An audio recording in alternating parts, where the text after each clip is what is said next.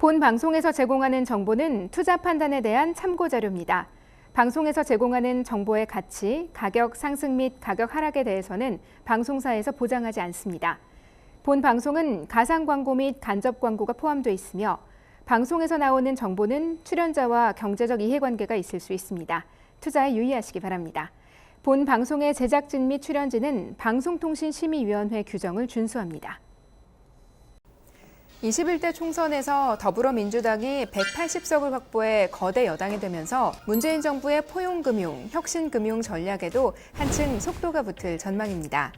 제21대 더불어민주당 국회의원 선거 공약집을 살펴보면 이번에 민주당이 총선에서 내건 금융업 관련 공약, 크게 소비자 보호 강화, 서민 취약계층 금융 지원 사업 확대, 또 금융혁신 등 세 부분으로 나뉩니다. 그중에 특히 금융 소비자의 피해를 막기 위한 정책들이 논의될 것으로 보이는데요. 민주당은 지난달 국회를 통과해 내년 3월에 시행되는 금융소비자보호법을 차질 없이 추진할 계획이라고 말했습니다. 금소법은 금융상품의 6대 판매 원칙을 모든 금융상품으로 확대하고 원칙을 위반한 금융사에 징벌적 과징금을 부과하는 내용을 담고 있습니다. 이에 금융업계는 당장에 큰 변화는 없겠지만 규제 강화는 불가피할 것으로 예상되며 신종 코로나 바이러스의 여파로 하반기 금융지주 실적 악화가 예상되는 상황에서 규제만 강화해서는 안 된다는 의견을 내비치기도 했습니다. 누구나 쉽고 빠르게 투자할 수 있는 생활 밀착형 재테크 이야기 지금 바로 시작합니다.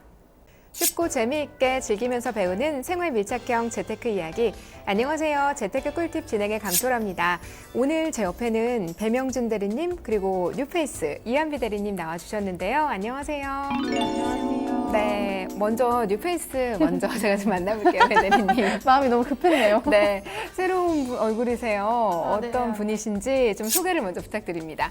네, 안녕하세요. 저는 마케팅과 기업 IR을 맡고 있는 이한배들이라고 합니다. 반갑습니다.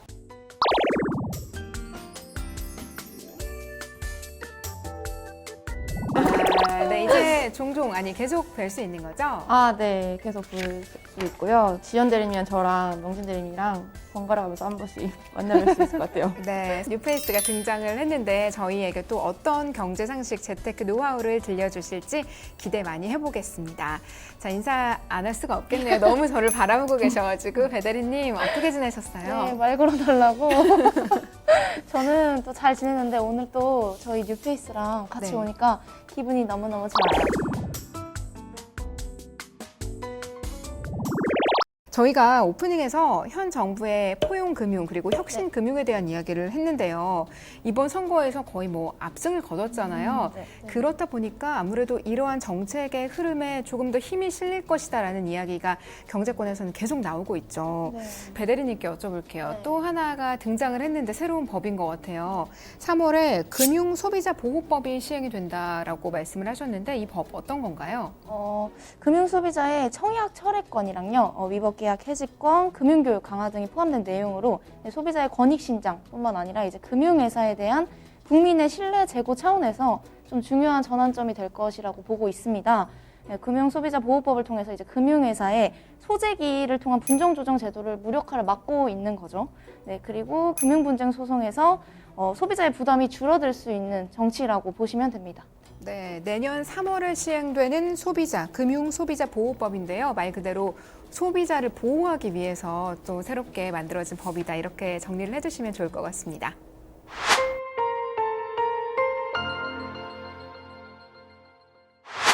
이제 요즘에 결혼하기가 되게 힘들고 비혼주의자들이 엄청 많이 생기잖아요. 네. 그래서 이제 결혼하는 것도 힘들지만 유지해 나가는 것도 굉장히 어려운 일인 것 같아요. 그래서 저희 세대에는 약간 대세가 된다? 이런 말도 있더라고요. 너 입이 귀에 걸렸네? 귀에 걸렸어. 어쩐지 요새 표정이 밝다 했어. 쪽이라 해가지고 저희 할머니도 이제 그 근방에 사시는데 이제 저희가 태어나기 전부터 쭉 사셨어요. 네. 그래서 이제 할머니 입장에서는 그 매매가 굉장히 많이 오르셨기 때문에 요즘 되게 흐뭇해하시고 있어서. 전당포 같은 거 생각하면 되나요? 네, 맞아요. 이제 시계 맡기시면 그 네. 시계를 저희가 가지고 있는 거죠. 오늘 아무래도 좀 할인된 있겠고요. 그리고 수익률이 높은 수익률을 받아볼 수 있고 상품에 대한 또 분석하시고 이제 이렇게 하는 것이 앞으로 재테크 생활에서 이제 물론 가계 안정에까지도 이제 좀 중요한 포인트이지 않을까라는 생각이 듭니다. 네, 이번에는 한 주간의 핀테크 뉴스 정리해드리는 시간입니다. 먼저 첫 번째 뉴스입니다.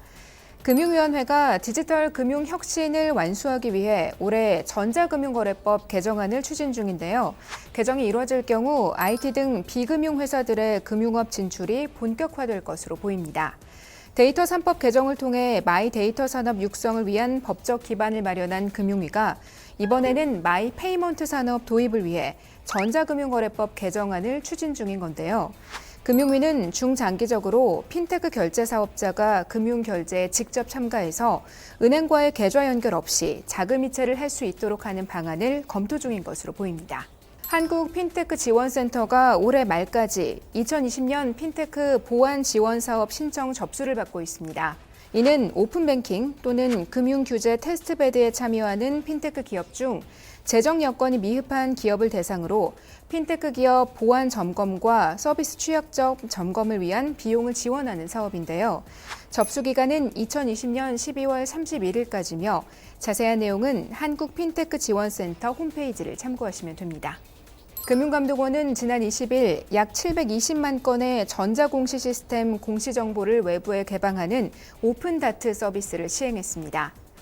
오픈다트의 주요 서비스인 오픈 API의 경우 정보 제공 범위가 기업 개황과 공시 목록 2종에서 세부 공시 내용 23종으로 확대됐는데요. 정보의 접근성이 크게 높아지면서 핀테크 시대에 문을 열었다는 평가입니다. 온라인 투자 연계 금융업 및 이용자 보호에 관한 법률, 일명 P2P법이 오는 8월 시행을 앞두고 감독 규정과 시행 세칙을 마련했습니다. 투자자 보호를 위한 안전장치가 강화된 것이 특징인데요. 그동안 P2P는 고위험이라는 인식이 있었는데 투자자 보호 장치를 강화한 P2P 금융상품이 초저금리 시대에 인기 투자 상품으로 떠오를 수 있을지 주목받고 있습니다. 이상으로 한 주간 핀테크 뉴스였습니다. 네, 지난 한 주간 업계에서 가장 뜨거웠던 핀테크 뉴스들을 한번 살펴봤습니다. 그중에서도 가장 기억에 남는 게 오픈다트라는 단어가 아주 뇌리에 확 박혔거든요. 금융감독원이 지난 21일부터 이 오픈다트 사이트를 열었죠. 그러니까 시범 운영에 들어갔는데요. 매주 이렇게 낯설고 새로운 단어들이 등장을 하는 것 같아요. 근데 오픈다트는 요즘 심심치 않게 들리더라고요. 일단 먼저 저희가 알아보고 넘어가야겠죠. 오픈다트 뭔가요, 배대리님? 오픈다트의 정의를 먼저 네. 알려드리도록 하겠습니다. 오픈다트란 이제 투자자는 물론 이제 핀테크 기업, 그러니까 학계 등에서 공시 정보를 이제 활용할 수 있는 공시 정보 개방 서비스라고 생각을 하시면 되고요. 오픈다트의 주요 서비스인 오픈 API, 그러니까 DB라고 하죠. 이걸 통해 다양한 공시 정보를 이제 일일이 열람을 하지 않아도 편리하게 파악할 수 있도록 개발이 되었고요. 예를 들어 상장사의 재무제표 같은 재무정보 같은 거를 이제 공시정보를 총 23종으로 오픈 API로 제공을 한다고 합니다.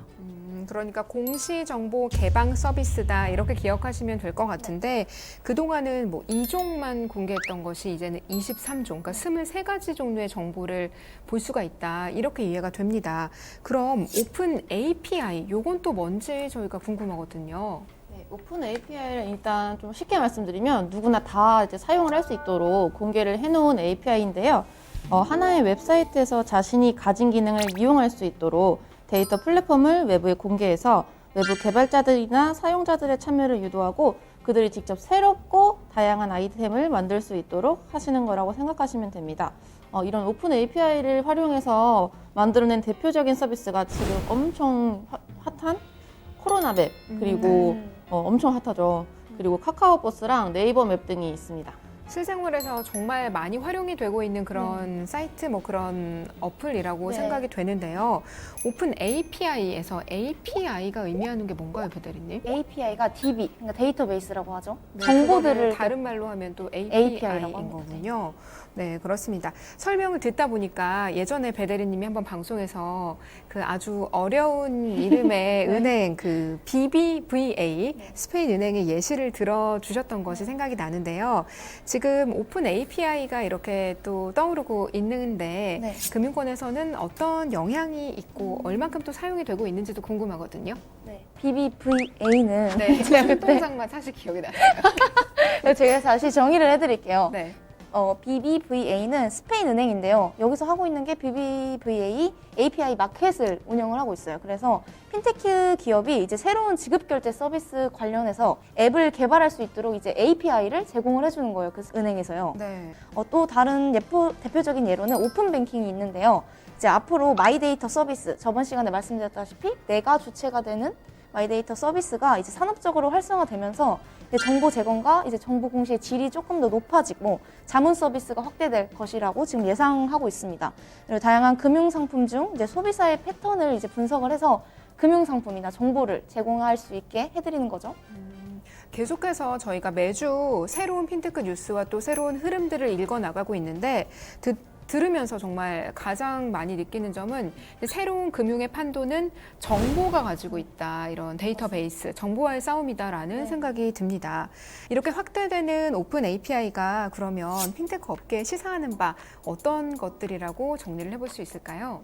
아까 말씀드렸다시피 오픈 API가 그냥 이제 오픈된 데이터라고 말씀을 드렸잖아요. 이제 이런 것들이 이제 데이터가 오픈이 되면 기업의 투자 정보를 분석하기에 이제 훨씬 유용하시고 또 핀테크 서비스 개발과 빅데이터 분석에 아무래도 엄청 큰 힘이 되겠죠. 그리고 이제 이 확대된 오픈 API를 저희 핀테크 서비스가 활용을 하면 민간 부문에서 창의적인 아이디어와 결합해서 새로운 부가가치를 창출해내는 데 있어서 핀테크 활성화에 아주 크게 기여할 것이라고 예상됩니다. 네, 요즘 핀테크 업계에서 가장 핫한 용어죠. 오픈 다트에 대해서 한번 정리를 해봤습니다. 자, 그럼 또 한 가지 궁금증이 있는데요. 저희가 지난 방송 때 마이 데이터에 대해서 정리를 해봤잖아요. 네. 내가 주체가 돼서 나의 데이터, 나의 정보를 관리하고 그에 맞게 좀 상품들을 추천받을 수 있는 장점이 있다라고 했는데요. 이번 주에는 마이 페이먼트라는 단어가 또 등장을 했어요. 이건 또 뭔가요, 대리님? 아주 단어들이 어렵죠. 네, 계속 쏙쏙쏙쏙 등장을 하네요. 마이페이먼트는 제가 되게 기다리고 있는 서비스인데요. 어우, 기다리고 계세요? 네, 왜냐면 너무 신박해가지고 네.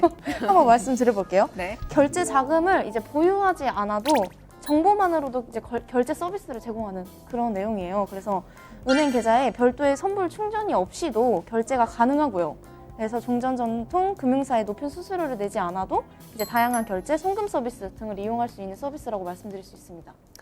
좀 이해가 될 듯 말 듯 한데요. 그러니까 돈이 없어도 결제가 가능하다라는 거는 이건 도둑이 아닌가라는 생각도 들고 이게 도대체 무슨 말인가 싶거든요. 결제 도대체 어떻게 진행이 되는 건가요? 이 마이페이먼트는 이 페이먼트사가 고객의 거래은행한테 이제 지급 지시를 내려요. 그러면은 그 페이먼트사를 안 거치고 고객의 거래은행이 바로 투자자의 거래은행으로 이제 이체를 해주는 시스템으로서 이제 이체 간의 절차가 간소해지고 수수료 부담도 아무래도 덜해지게 되는 시스템입니다.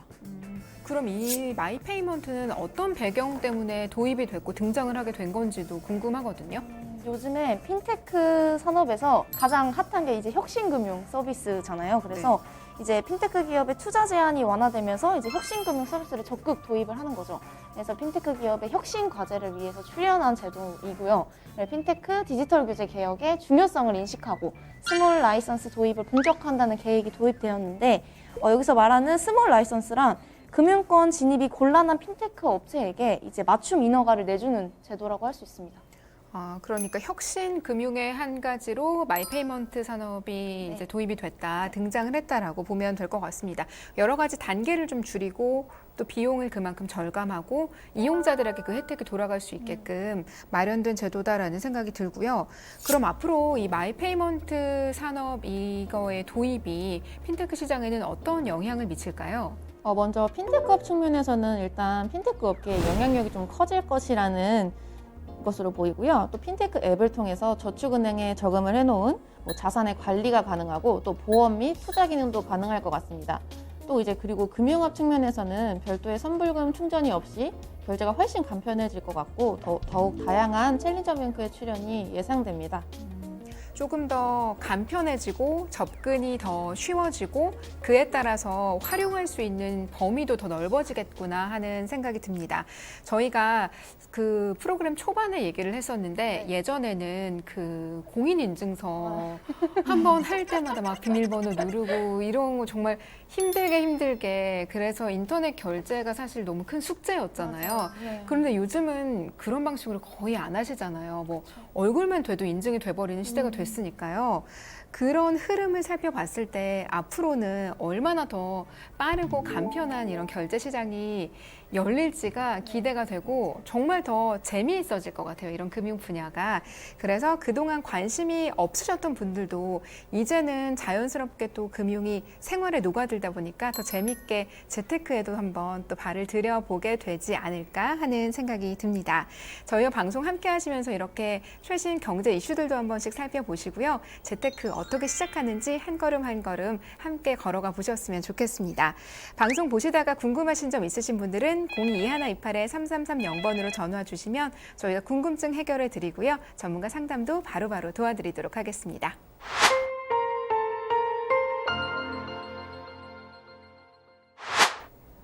네, 그와 그녀의 투자 습관을 파헤쳐보고 고민까지 말끔히 해결해드리는 시간이죠. 투자의 참견입니다.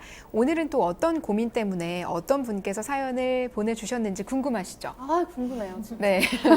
또 저는 오늘 한기 대리님의 연기도 참 궁금합니다. 자, 두 분 연기 덕분에 저희가 항상 몰입을 할 수 있기 때문에 그걸 기대하면서 사연 속으로 들어가 보도록 할게요. 안녕하세요. 저는 부천에 거주하고 있는 50대 직장맘입니다. 저에게는 눈에 넣어도 아깝지 않은 딸 둘이 있습니다. 큰애는 현재 직장에 다니고요. 둘째는 대학 졸업을 앞두고 있어요. 그런데 요새 고민이 있습니다. 주말에 집에서 쉬는데 문득 딸들 없는 텅 빈 집을 생각하면 너무 허전할 것 같다는 생각이 들었어요. 앞으로 애들도 독립을 할 텐데 큰일이네요. 남편도 있는데 왜 그런 생각을 하는지 궁금하실 텐데요. 사실 남편과는 합의하에 조론을 생각하고 있기 때문입니다. 맞아요. 이제 배우 백일섭 씨가 TV에서 결혼 생활을 공개하면서 한때 많이 이슈가 됐었는데요. 저희 엄마는 이제 합의는 안 하셨지만 결혼을 엄청 원하시고 계셔가지고 전 되게 많이 들어본 단어입니다. 네, 저는 지금 조론을 하셨다고 방송에서 커밍아웃 예정. 하시는 줄 알고 예정은 아니시잖아요. 엄마만의 예정이요. 네, 그만큼 좀 이렇게 이제 노년이라고 하기도 그렇고 뭐 5, 60대, 맞아요. 60대 이상의 부부들 사이에서는 조금 이제 자유로워지고 싶다 그런 마음이 누구에게나 좀 있는 것 같아요. 근데 얘기만 들어봤지 실제로 조론이라는 게 정확히 뭘 의미하는 건지 알고 계세요? 조론은 아시는 게 더 신기하네요. 약간 들어봤습니다. 네. 미디어를 통해서. 네. 결혼을 졸업하다라는 뜻이라고 하는데요.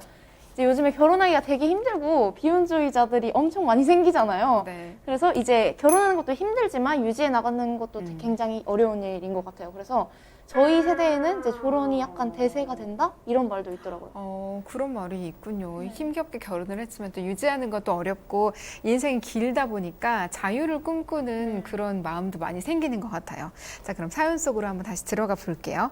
그동안 남편과 같이 산 건 자식들 교육 때문이었어요. 대학 졸업하고 각자 독립하면 이제 조론을 해도 문제가 없을 것 같네요. 조론을 하게 되면 친정인 여의도 근방으로 집을 얻고 싶습니다. 애들도 독립할 때고 좀 쓸쓸하고 외롭게 혼자 보내는 것보다는 친정집 근처에 사는 게 더 좋을 것 같다는 생각이 들었거든요. 친정이 여의도면은 이제 사연자분 학창 시절에 여의도에서 자라셨을 거고, 근데 이쪽이 되게 학구열이 되게 높잖아요. 엄청 높았을 것 같아요. 예전에는 아마 더 그랬겠죠. 네. 네. 그동안 자식을 키우면서 부모님께 왜 그렇게 잘해드리지 못했나 늘 마음 한켠에 죄송한 마음이 있었거든요. 그래서 이제는 친정 옆에 살면서 부모님 간병도 해드리고 싶고요. 그러던 중에 회사 동료가 요즘 영등포 쪽에 개발이 많이 되고 있다고 귀띔을 해주더라고요. 이 부장, 친정이 여의도랬나? 맞아. 그건 왜? 잠깐. 아니 근데 배 부장 요즘 피부가 아주 좋아졌어. 뭐 기분 좋은 일 있나 봐. 이거 밥이라도 쏘면서 이야기하려고 했는데, 이번에 우리 아들 명진이가 여의도 기업에 합격했잖아. 너무 좋아, 너무 좋아. 아 진짜? 정말 축하해. 아들내미 취업 안 된다고 그렇게 속을 썩더니 거봐 내가 그랬지? 별 잘 될 거라고. 근데 아까 친정은 왜 물어본 거야? 이제 우리 아들이 여의도로 직장 다니잖아. 힘들게 들어간 직장인데 회사 옆에서 집 얻어주고 싶어가지고 여의도는 너무 비싸고 영등포 쪽으로 알아보고 있는데 그게 영등포 쪽 개발이 될 거라서 지금이 타이밍이라고 하더라고. 거기 시장 쪽에 동네들이 오래된 데가 많잖아. 그래서 거기 뉴타운으로 개발되면 천지개벽할 거라던데? 이 부장 친척이 그쪽이라길래 뭐 좀 들은 거 없나 하고 말이야. 영등포? GTX 뚫린다는 말은 들었는데 또 뭐가 있나? 그나저나 배부장 아주 입이 귀에 걸렸네, 귀에 걸렸어. 어쩐지 요새 표정이 밝다 했어. 고마워. 그동안 아들 새끼 하나 있는 게 취업이 안 돼가지고 내 속을 팍팍 긁어놨지 뭐야. 아주 속이 문드러졌어. 그놈이 지혜비 닮아가지고 못날 줄 알았더니 글쎄 나를 닮아서 금세 또 해낸 거 봐봐. 속이 아주 후련해서 피부도 좋아졌나 봐. 근데 배부장이 워낙 유명한 팔랑팔랑기여가지고 걱정이 좀 되네. 급하게 사지 말고 꼭 잘 알아보고 사. 그리고 GTX 완공되면 오르긴 오르겠지만 요새 규제가 하도 엄격해서 말이야. 동료랑 이야기하고 나서 영등포 부동산 검색을 해보는데 뉴타운 쪽이 앞으로 전망이 괜찮아 보이더라고요. 친정이랑도 가깝고 그쪽으로 가면 참 좋겠다는 생각이 들었습니다. 현재 저는 노후 자금으로 모아둔 돈이 2억 원 정도 있고요. 지금 사는 집 대출금은 다 갚았습니다. 몇 년 뒤면 딸들이 독립을 할 텐데 모아둔 돈을 좀 불려서 아이들 독립할 때쯤에는 수익을 얻어 영등포 쪽에 집을 살 수 있으면 좋을 것 같네요. 수익률 14% 정도는 되기를 원합니다. 이런 제 상황에서 투자할 만한 상품 추천 부탁드립니다. 라고 사연을 보내주셨습니다. 네, 사연 살펴봤습니다. 50대 직장맘님의 사연이었고요. 딸 두 분이 있으시고 특이한 점은 조론을 앞두고 계신다라고 하셨습니다. 어떻게 보셨어요, 이 사연? 저는 일단 영등포 쪽이라 해가지고 저희 할머니도 이제 그 근방에 사시는데 이제 저희가 태어나기 전부터 쭉 사셨어요. 네. 그래서 이제 할머니 입장에서는 그 매매가가 굉장히 많이 오르셨기 때문에 되게 흐뭇해하시고 있어서 엄마랑 이모들도 되게 흐뭇해하십니다. 그렇군요. 사실 부동산에 대한 전망, 뭐 앞으로의 그런 이야기가 나올 때 요즘 영등포 부근은 빠지지 않고 항상 등장을 하는 걸 아마 뉴스를 조금만 보셨어도 아셨을 거예요. 그렇다면 정확한 진단 위해서 의뢰인의 프로필부터 살펴보겠습니다. 일단 50대 어머니시고요. 공기업 부장님이시면 그래도 급여가 좀 상당할 거라고 생각이 됩니다. 2억 원 정도 노후 자금으로 모아두셨는데 일단 투자는 3천만 원으로 시작한다라고 말씀을 하셨습니다. 기대하는 수익률은 14% 이상은 됐으면 좋겠다라고 밝혀주셨고 특징은 졸혼 후에 이제 친정인 여의도 근처에서 거주를 하고 싶다라고 밝혀주셨기 때문에 영등포 쪽 그런 투자 상품이 있는지 알아봐 달라라고 부탁을 하셨습니다.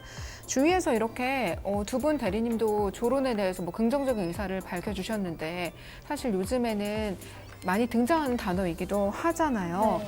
실제로 그런 선택한 경우 보신 적은 없으시죠? 네, 조금 아직은 나이가 어리니까 네. 그런 거를 직접적으로 보지는 못했는데 뭐 미디어나 이제 뉴스 같은 걸 통해서 보면은 굉장히 많은 이제 시니어 세대가 그 이제 졸혼을 하고 뭐 다양한 문화생활 같은 거를 즐긴다고 하더라고요. 그래서 요즘에는 연극문화생활 관람 비율이 20대를 추월했다고 할 정도로 네, 굉장히 이제 60대 이상의 시니어분들이 문화예술 관람률이 76.4% 정도로 굉장히 많이 나타나고 있다고 하더라고요. 네, 아무래도 뭔가 개인의 생활을 조금 더 즐기는 그런 트렌드로 가지 않나 싶습니다.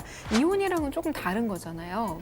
네, 아까 이제 배대리님이 말씀해 주셨다시피 이제 졸혼이 결혼 졸업의 이제 줄임말이잖아요. 그래서 뭐 이혼처럼 이제 아예 남녀이 되는 이런 개념은 아니지만 이제 뭐 자식들도 다 이제 좀 장성하게 키우시고 조금 이제 뭐 나도 내 인생을 살고 싶다 하시는 의미에서 뭐 아버지들 맨날 보시면 이제 난 너네 다 키웠으니까 산으로 갈 거야. 뭐 나는 뭐 강아지 하나 데리고 떠날 거야. 뭐 이런 말씀 하시잖아요. 약간 그런 게 이제 가볍게 보시면 졸혼을 원하는 개념이라고 보시면 될 것 같아요. 네, 많은 자연인들이 나타나고 계시죠.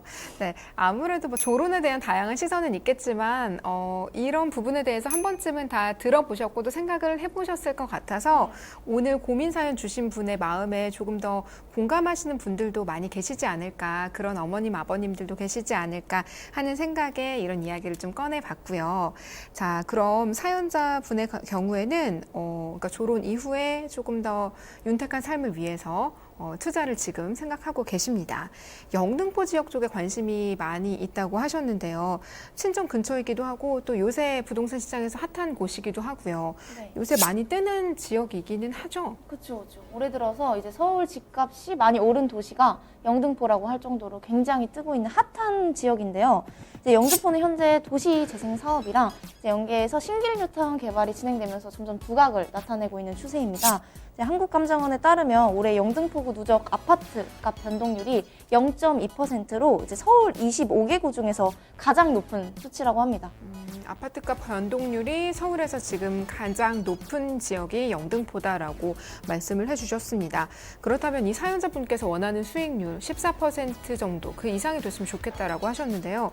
그런 투자 상품 있을까요? 일단 수익률이 가장 높은 상품이라고 하면 딱 NPL 상품이 떠올리실 것 같아요. 근데 지금 현재 코로나로 인해서 부동산은 물론 일단 모든 경기가 좀 침체가 되고 있잖아요. 네. 뭐 좀 안 좋은 소식이기도 하지만 어쩔 수 없이 경매 물건이 많이 나오게 돼요. 그래가지고 이제 경매 물건 중에 뭐 낙찰가 하락 그리고 경매 물건의 증가로 인해서 저는 NPL을 좀 추천을 드리고 싶고요. NPL 시장이 IMF 이제 대공황으로 인해서 확 본격적으로 이제 뜨기 시작을 했는데 이제 그래서 딱 코로나와 맞물려가지고 조금 저는 NPL이 앞으로 조금 더 이제 상승할 거라고 예상이 되고요. 그 투자 수익률은 그 사연자분께서 14% 말씀을 하셨는데 NPL 상품은 보통 14%를 좀 가볍게 넘는 수치, 16%, 18%까지도 있기 때문에 저는 NPL을 좀 추천드리고 싶네요.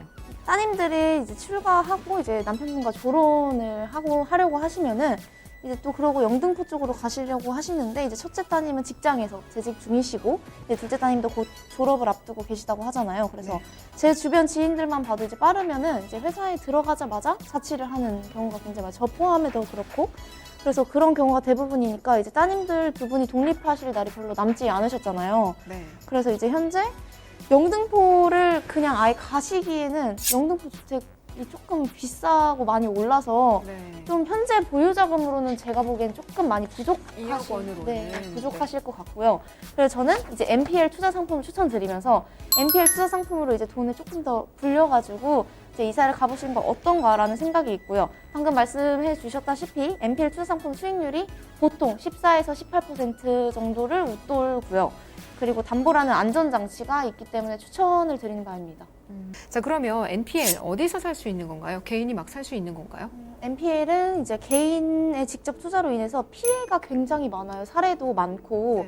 그래서 이제 재발의 방지를 위해서 16년도부터 이제 대부업법에서 개인이 투자가 불가능한 것으로 이제 변경이 됐고요. 그래서 AMC, 자산관리자. 그래서 저번에도 말씀드렸다시피 에셋 매니지먼트 컴퍼니라고 하는데요. 자산관리자가 진행을 하거나 아니면 이제 초보 투자자분들은 뭔가 이제 AMC를 직접적으로 컨택하기보다는 P2P 업체를 거쳐서 이제 간접 투자를 하시는 걸 추천드립니다. 개인이 투자할 경우 위험이 높기 때문에 개인의 직접 투자는 지금 법으로 금지가 되어 있는 상황이고요. AMC 또는 P2P 플랫폼을 연계해서 투자를 하실 수 있다라고 정리해 주셨습니다. 자, 그럼 NPL에 대해서 조금 더 깊게 알아볼까요? 일단 NPL, 부실 채권을 사는 거잖아요. 그러면 말만 들었을 땐 조금 위험한 투자가 아닌가라는 생각도 당연히 들 거란 말이죠. 안전한 투자, 수익률 낼 수 있는 투자 맞나요? 일단 투자에 있어서 뭐 가장 안전한 장치다 뭐 이렇게 말씀하시면 다들 담보가 있나 이렇게 담보에 대해서 먼저 떠올리실 것 같아요. 근데 이제 NPL 채권 중에서는 담보부 NPL이라고 이게 금융기관에서 대출자에게 대출을 해주고 이제 부동산 담보로 해서 이제 뭐 근저당을 잡잖아요. 이런 거는 이제 다 익히들 아실 텐데 이런 채권이 연체가 돼서 경매가 진행되는 게 이제 부실 채권 NPL을 뜻합니다. 그렇기 때문에 이 해당 채권에 대한 담보가 설정이 되어 있고요. 이런 점에서 P2P를 통한 NPL 투자의 안전장치로는 담보물에 대한 근저당권부 질권이 설정돼 있고 대출자로부터 우선 배당 동의서 또 대출자로부터 방어 입찰 확약서를 청구받으며 대출금에 대한 약속 어음 공증이 있겠습니다. 용어들이 지금 저도 너무 어려워가지고 계속 말을 버벅거리고 있는데 제가 하나하나 좀 네. 여쭤볼게요. 근저당부 질권 설정이라는 단어 나왔는데 이게 뭔지 한번 풀어볼까요? 네, 일단 아까 그 근저당이라는 게 뭐 담보를 가지고 대출을 받으시는 분에 대한 부동산의 근저당을 설정을 한다고 했잖아요. 네, 전당포 같은 거 생각하면 되나요? 네, 맞아요. 뭐 이제 시계 맡기시면 그 네. 시계를 근저당으로 저희가 가지고 있는 거죠. 근데 이런 근저당으로 담보된 채권을 그걸 가지고 저희는 이 근저당권에 대한 돈을 받을 권리에 또 담보를 걸어가지고 대출을 해드리고 네, 이제 근저당권 돈을 받을 권리에 또 담보를 거는 거죠. 그게 바로 질권이라는 거죠. 네. 네. 자, 그러면 우선 배당 동의서. 이거는 조금 단어를 풀어보면 알 수 있을 것 같은데 우선 배당 받을 수 있다라는 건가요? 네, 맞습니다. 이거는 그냥 말 그대로 법원에서 경매를 낙찰을 시키면 배당 받으실 분들에게 돌아가는데 이 중에 저희가 제일 우선적으로 배당을 받을 거에 대한 동의서라는 말입니다. 이것도 그러니까 하나의 안전장치가 될 수 있겠네요, 충분히. 자, 그러면 방어 입찰 확약서. 이거는 뭔가 방어 입찰 확약, 이거는 조금 어렵네요. 이거는 일단 뭐 입찰을 할 때 뭐 다른 분들이 이제 들어오는 입찰에 대한 방어를 한다는 그 말인데 이제 뭐 대출 차주가 저희가 입찰을 받아야 되는 상황에서 더 입찰을 또 방어적으로 들어올 수가 있기 때문에 대출 차주와 방어 입찰을 안 하겠다는 확약서를 받는 거예요. 그래서 이제 이걸 또 경매가 유찰이 될 수 있고 뺏길 수 있고 경매금이 더 낮아질 수 있는 그거를 다 이제 방어를 하는 장치입니다. 또 하나의 안전장치가 되겠고요. 자, 그럼 약속 어음이라고 아까 말씀을 하셨는데 약속 어음을 공증을 받는다라고 하셨죠. 이건 네. 어떤 단계인가요? 약속어음은 뭐 돈을 주기로 약속한 그게 약속어음인데 발행한 사람이 그 다가올 날에 일정한 금액을 지급할 것을 이게 약속어음이잖아요. 이거에 대해서 공증을 미리 쓰는 거죠. 그래서 미리 이제 재판같이 공증을 잡아놓고 이 약속어음에 대해서 더 꼭 강건하게 지킬 권리를 만드는 장치라고 생각하시면 됩니다. 네, 이렇게 저희가 한 4가지 단어에 대해서 한번 정리를 해봤는데요. 그러니까 NPL이 부실채권을 사는 거고 부실채권에 투자를 하는 거긴 한데 위험하다라고 생각을 조금 덜으셔도 되는 게 이러이러한 안전장치가 있다라는 말씀을 정리해 주셨습니다. 자, 그럼 NPL 상품의 장점과 단점에 대해서도 한번 정리를 해볼까요? 네, 먼저 장점부터 말씀드리면요. 일단 NPL은 경매이기 때문에 아무래도 좀 할인된 매입가가 있겠고요. 그리고 높은 수익률을 받아볼 수 있고 또 경기가 조금 불확실할 때 뭐 저희가 좀 좋진 않겠지만 더 좀 양질의 경매권이 많이 나온다는 점에서 요즘 시점에서는 조금 장점이라고 볼 수 있겠고요. 그래서 경매 시 낙찰 가능성이 증가돼서 그게 바로 수익으로 연동이 된다는 게 가능하고 또 소액 투자도 가능하기 때문에 초보 투자자분들이 경매에 직접 하시는 건 좀 어려운데 지금 초보 투자자분들이 소액 투자로 P2P를 통해서 경매에 대해서 경험을 쌓으실 수 있다는 게 있고요. 단점을 말씀드리면 아무래도 제일 NPL에서 탑해는 그 수익률 그리고 고위험에는 고리츠가 따르겠죠. 그래서 NPL이 그 자체가 3개월 이상 연체된 채권이기 때문에 채권의 만족을 얻지 못할 위험성을 내포하고 있다는 단점이 있고 또 모든 P2P 상품이 그렇듯이 원리금 손실의 가능성이 있다는 단점이 있습니다. 네, 고수익이지만 그만큼 위험 요소도 많을 수 있다는 점을 항상 체크를 하셔야 될 것 같고요.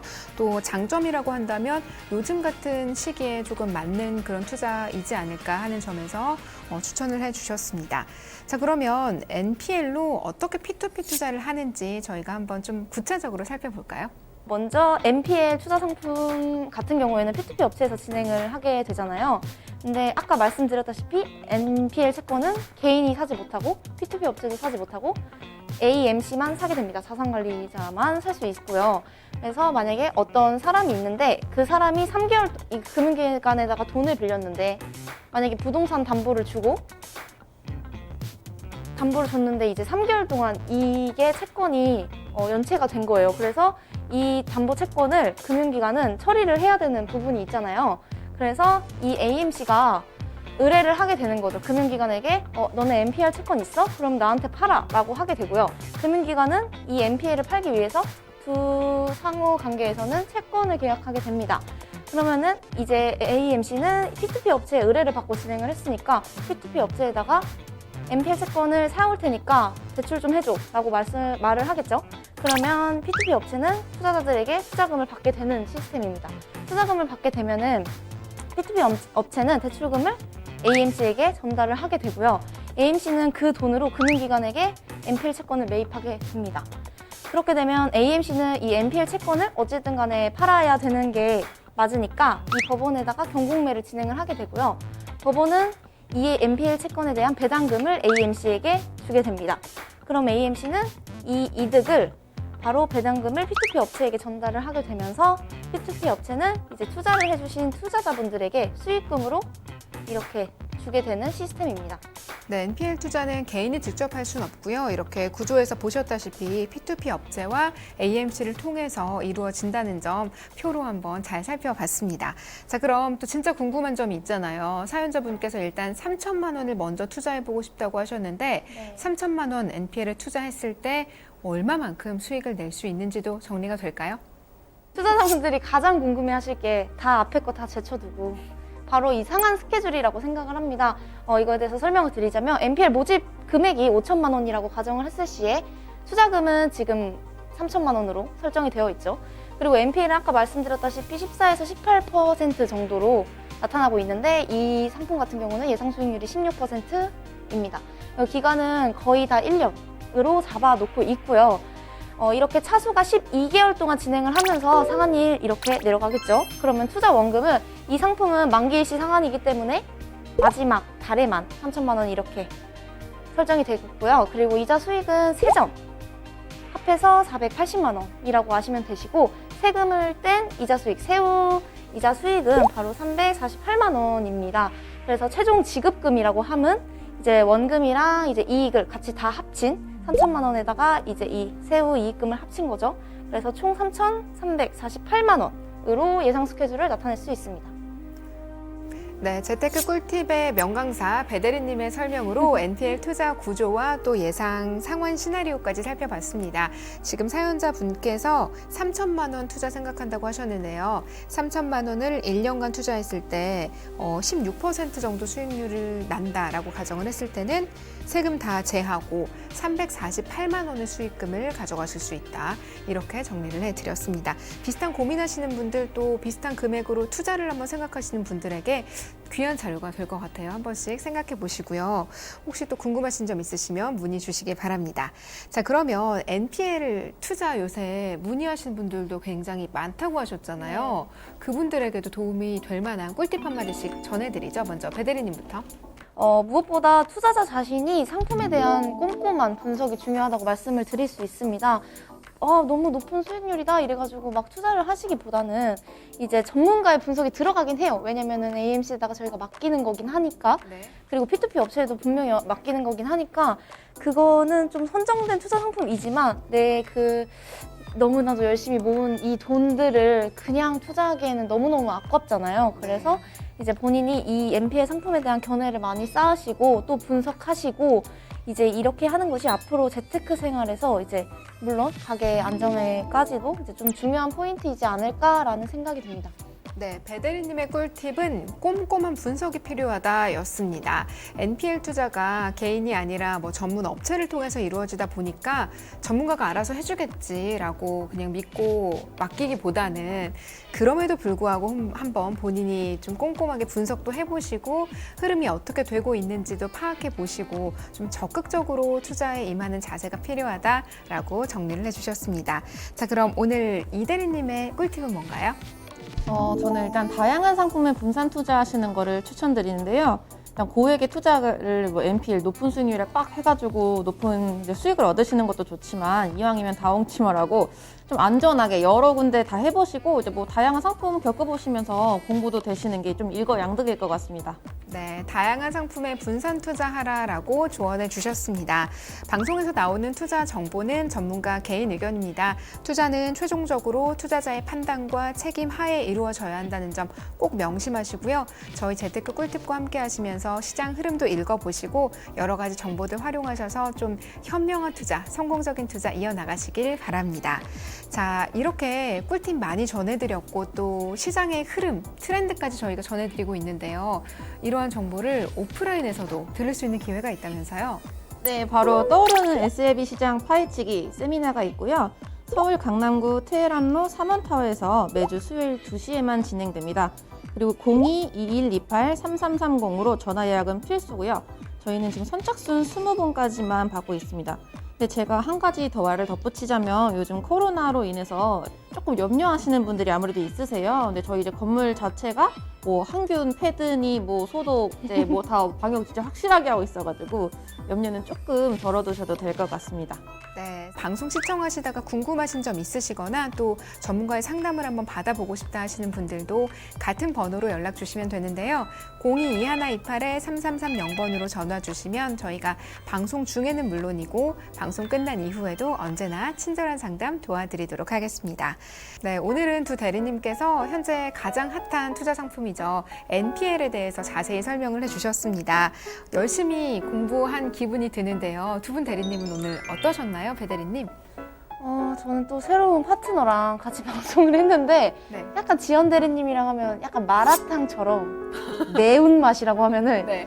이제 한비 대리님이랑 하는 거는 약간 조금 약간 설렁탕 구수한가요? 깊고 진한 맛이 났다. 그래서 제가 이렇게 두 분 다 해봤잖아요. 근데 두 분은 따로 안 해봤으니까 네, 두 분의 케미가 너무 궁금해요. 두 분이 또 우리 배대리님을 어떤 맛으로 표현하실지도 궁금합니다. 네, 오늘 방송 선배로서 조언해 주시는 모습도 저도 참 인상 깊게 잘 봤고요. 네, 오늘 이 대리님 처음으로 함께 하셨는데 어떠셨어요?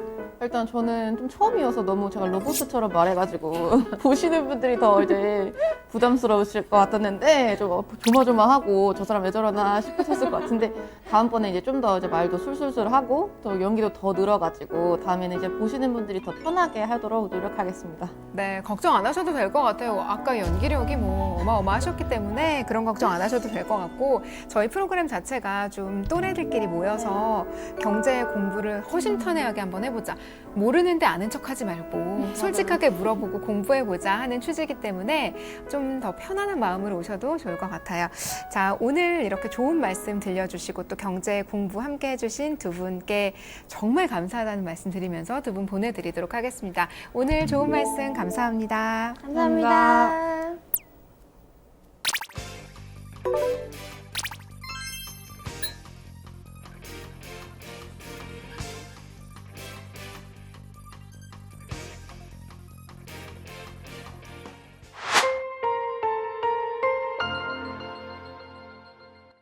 실전에서 적용할 수 있는 투자 노하우를 알려드리는 시간입니다. 핀테크 투자 백서인데요. 오늘 소개해드릴 상품은 바로 부동산 P2P 상품입니다. 지금 이 상품은 상환이 완료된 상황이고요. 그런 상품이고 성공적인 P2P 투자 사례로서 저희가 한번 안내를 해드리면 좋을 것 같다라고 해서 준비를 했습니다. 투자 시 참고가 되는 사안으로 이렇게 생각을 해주시면 좋을 것 같아요. 오늘 소개해드릴 그런 P2P 상품은요. 바다가 보이는 거실, 일명 오션뷰라고 하죠. 아마 누구나 한 번쯤은 꿈꾸는 집이 아닐까 하는 생각이 드는데요. 도시 생활과 해변 라이프를 동시에 즐길 수 있는 그런 집입니다. 부산 해운대에 위치한 주상복합 건물인데요. 어떤 상품일지 궁금하시죠? 먼저 상품 개요부터 한번 살펴볼까요? 네, 해당 상품은 부산시 해운대구에 있는 주상복합 건축자금 대출 상품입니다. 위치는 부산광역시 해운대구에 있고요. 규모는 1673.4제곱미터입니다. 약 506평 정도 되는 것입니다. 그리고 공사기간은 6개월이고요. 용도지역은 주상복합 신축사업입니다. 그리고 상환 방식은 만기에 일시 상환하는 방식이고요. 상환 재원은 크게 세 가지로 나눠져 있는데요. 첫 번째, 리파이낸싱. 리파이낸싱은 다시 말씀드려서 재대출을 해준다는 얘기입니다. 두 번째는 관리형 토지신탁 구조로서 전액 확보하고 있으면서 안정성을 확보하고 있다. 그리고 타 금융기관으로 대환 대출로 상환이 가능하다라고 말씀드릴 수 있습니다. 세 번째로 채권 매각을 통해서 상환 재원을 활용할 수 있다. 이렇게 평가될 수 있을 것 같습니다. 네, 부산광역시 해운대구에 위치한 주상복합 건물입니다. 1673.4제곱미터, 한 506평 정도의 규모고요. 공사기간 6개월 정도 걸렸습니다. 상환 재원에서 리파이낸싱이라는 단어가 나와서 잠깐 설명을 해주셨는데요. 처음 듣는 분들 많이 계실 것 같아요. 다시 한 번만 정리를 하고 넘어갈까요, 이사님? 네, 리는 영어의 RE의 약자로 접도어입니다. 그렇죠? 다시라는 뜻이죠. 네. 그러니까 파이낸싱 대출, 다시 대출을 한다. 기존에 받고 있는 대출을 새로운 곳에서 조달을 해서 상환을 하는 것을 리파이낸싱이라고 합니다. 그런데 또 부동산은 뭐니 해도 입지지 않습니까? 사실 해운대 가까이에서 뭐 오션뷰 바라보는 건 물론 좋은데요. 바다만 보고 살 수는 없으니까 주변 환경은 어떤지도 좀 저희가 꼼꼼하게 살펴봐야 될 것 같아요. 주변에 입지 여건이나 혹시 또 개발 호재들은 있는지 한번 정리를 해볼까요? 네, 본 현장의 입지 한번 보도록 하겠습니다. 본 현장 입지는 천혜의 자연환경을 자랑하고 있는 해운대 해수욕장, 모래사장이 펼쳐져 있는 바로 인근에 위치하고 있고 2호선 중동역과 2호선 장안역을 더블 역세권 1km 안에 있는 더블 역세권 지역이다라고 보시면 되겠습니다. 자, 이 지역은 해운대 구청과 같은 세무서, 우체국 같은 관공서들이 많아서 회사도 많고 해서 직장인들의 수요가 굉장히 많은 지역이라고 생각이 되고 특히 이제 해운대역 옆에 시외버스 터미널이 있어서 지방으로 출장이 다니기 용이한 지역이다라고 보실 수 있겠습니다. 자, 그리고 작년에 해운대가 11월에 조정 대상 지역에서 해제가 됐습니다. 자, 그래서 비치 주거 벨트가 조성이 되는데 이게 뭐냐면 도시 생활과 해변 라이프를 동시에 즐길 수 있는 대한민국 유일의 주거 벨트가 형성이 되었다라고 보시면 되겠습니다. 자, 이렇게 주거 벨트가 형성이 되면서 작년에 물론 외지인과 외국 투자자가 무려 3배 이상 매입한 건수를 볼 수가 있습니다. 이로써 앞으로 외국인 투자자가 늘어날 것으로 전망이 되고 이 지역은 최고급 주거 지역으로 아마 탈바꿈되지 않을까 싶습니다. 자, 해운대는 국제회의 또 복합지구가 지정이 돼서 우리가 잘 아는 이 백스코를 중심으로 또 천혜의 자연환경 이 해운대의 특급 호텔을 중심으로 국제회의 복합지구가 지정이 돼서 이 지구가 지정이 돼서 개발이 완료가 되면 지금 이 어려운 경제 침체기에 활력을 불어넣을 수 있는 그런 모티브를 제공할 것이라고 생각을 합니다. 네, 비치 주거벨트에 위치한 부산시 해운대구 주상복합 건물의 입지에 대해서 저희가 조금 더 자세하게 살펴봤는데요. 더블 역세권에 시외버스 터미널까지 가까이 있고요. 또 관공서, 전통시장들까지 둘러싸여 있어서 입지적으로는 굉장히 좋은 위치에 있다, 이렇게 정리를 해볼 수 있겠습니다. 입지가 좋다 보니까 아무래도 그런 투자 수요 또 실거주하시려는 분들도 모두 많지 않을까, 이렇게 예상을 해봅니다. 네, 누구나 한 번쯤 꼭 살아보고 싶다라고 꿈꾸는 그런 위치에 있기 때문에 투자자 입장에서도 굉장히 매력적인 곳이다, 투자 가치가 충분하다, 이렇게 말씀을 해주셨는데요. 투자자들은 언제나 또 자신의 투자가 안전한지 안심해도 되는지 궁금하기 마련이잖아요. 투자자를 위한 안전장치는 어떤 것들이 마련되어 있을까요? 네, 투자 보호 장치라고 명명하는 항목인데 4가지 항목으로 구현될 수 있을 것 같습니다. 첫 번째, 투자되는 돈, 자금은 어떻게 되는지, 안정성이 잡고 있는지 보겠습니다. 첫 번째로 관리형 토지 신탁자의 위탁 수익권 증서, 2순위 수익권 증서로 투자금의 130%를 설정할 수 있다. 즉, 내가 투자된 투자 금액의 130%, 100% 중에 30%를 더 안정성을 확보해서 130%의 수익권 증서를 갖고 있다. 그리고 두 번째, 시행사, 이 사업을 진행하고 있는 시행사의 대출 법인의 개인 연대 보증을 받고 있다. 그리고 세 번째, 공사를 하고 있는 시공사의 법인의 연대 보증 및 시공 책임 준공 확약을 받고 있다라는 겁니다.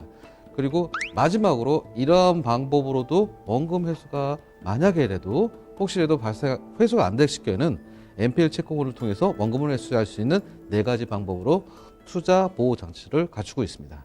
4가지의 투자 보호 장치까지 마련이 되어 있는 매력적인 상품입니다. 그런데 P2P 투자 처음이신 분들, 그리고 이렇게 부동산 PF의 경우에는 또 처음이다 하시는 분들 계실 것 같아요. 이렇게 좋은 상품 투자하면 수익금은 얼마나 날 수 있을지가 가장 궁금할 것 같은데요. 그래서 제가 대신 여쭤볼게요. 얼마나 수익을 얻을 수 있는지 예상 상환 시나리오 분석이 가능할까요, 이사님?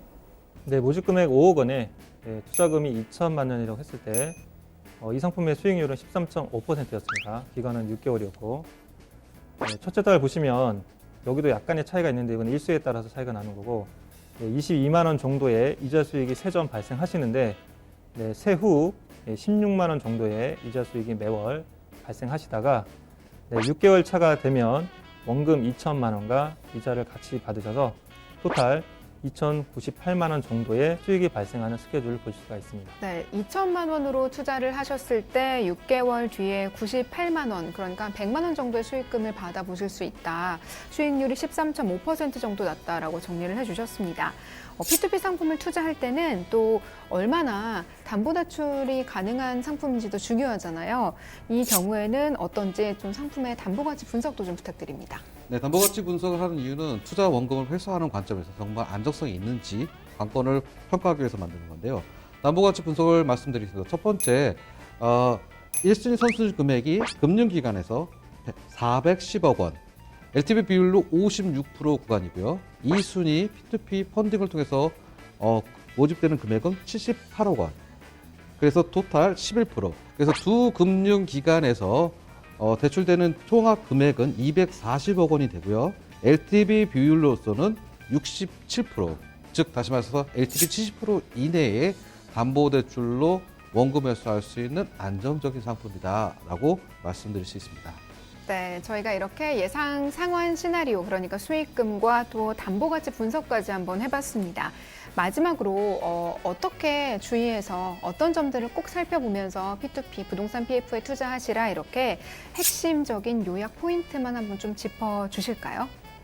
네, 동물건은 예상 감정가 대비 우리가 LTV라고 하죠. 담보대출 비율이 67% 수준으로 금융기관 담보대출을 통해서 대환이 가능하다는 점에서 원리금 회수가 가능한 안정적인 상품이라고 할 수가 있고, 두 번째로는 관리형 토지신탁 위탁 수익권에 대한 2순위 근질권을 대출금의 30% 더 선정한 130%를 설정했기 때문에 여기서 좀 안정성을 확보할 수가 있고, 세 번째로는 시공사 법인 대표의 연대 보증 및 책임중고 확약으로 준공의 리스크를 낮추었다라는 점을 볼 수가 있습니다.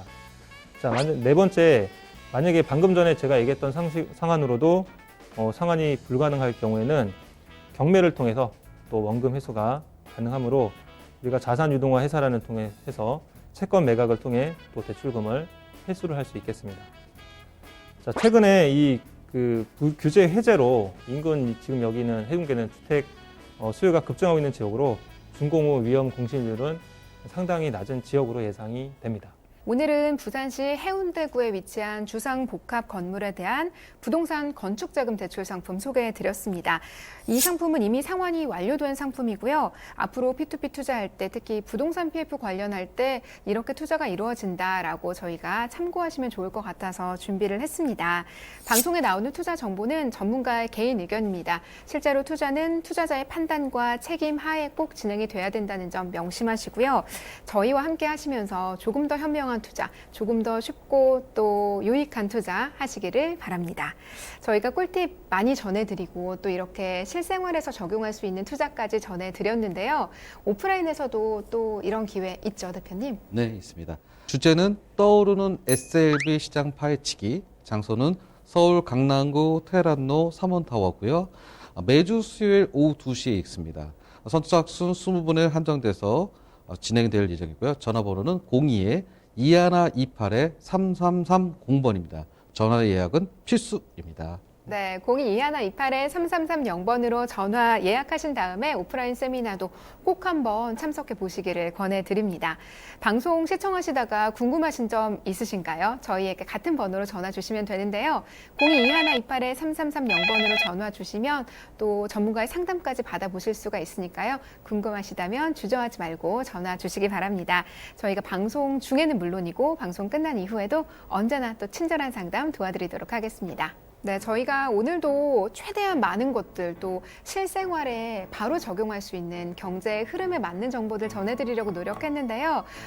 진짜 많이 배운 것 같아요. 오늘 어떠셨어요, 대표님? 오늘 정말 제가 꿈에 그리던 해운대를 한번 볼 수 있는 기회가 돼서 정말 좋을 것 같습니다. 예. 사진으로나마 볼 수 있어서 네, 좋으셨나요? 마음의 위로를 받겠습니다. 네, 이사님 어떠셨어요? 네, 이제 코로나가 좀 진행된 것 같은데 네. 이제 하루빨리 마스크를 저는 벗었으면 좋겠습니다. 네, 그렇습니다. 이제 제발 마스크를 벗고 다시 만나 뵙게 되기를 기대하면서 저희가 오늘 방송 중에 포스트 코로나에 대해서도 언급을 했고 또 해운대에 위치한 이런 주상복합 건물에 대해서도 이야기를 했잖아요. 좀 더 좋은 미래가 저희들에게 빠른 시일 안에 왔으면 좋겠습니다. 오늘 좋은 말씀 해주신 두 분 여기서 보내드릴게요. 감사합니다. 감사합니다. 감사합니다.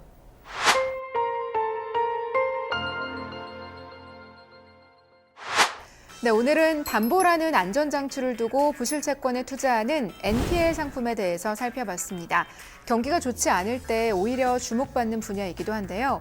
모든 투자에는 수익과 위험이 공존할 수 있다는 점 항상 명심하시고 앞으로도 저희 재테크 꿀팁과 함께 하시면서 계속해서 다양한 경제 노하우 얻어가시길 바랍니다. 오늘 저희가 준비한 내용은 여기까지입니다. 방송 시청하시다가 궁금하신 점 있으시거나 전문가 상담 원하시는 분들은 022128-3330번으로 전화 주시기 바랍니다. 방송 중이나 방송 끝난 이후에도 언제나 친절한 상담 도와드리도록 하겠습니다. 오늘 준비한 내용 여기까지고요. 저희는 다음 주 이 시간에 또 실생활에 유용한 경제 상식 갖고 돌아오도록 하겠습니다. 시청해주신 여러분 고맙습니다.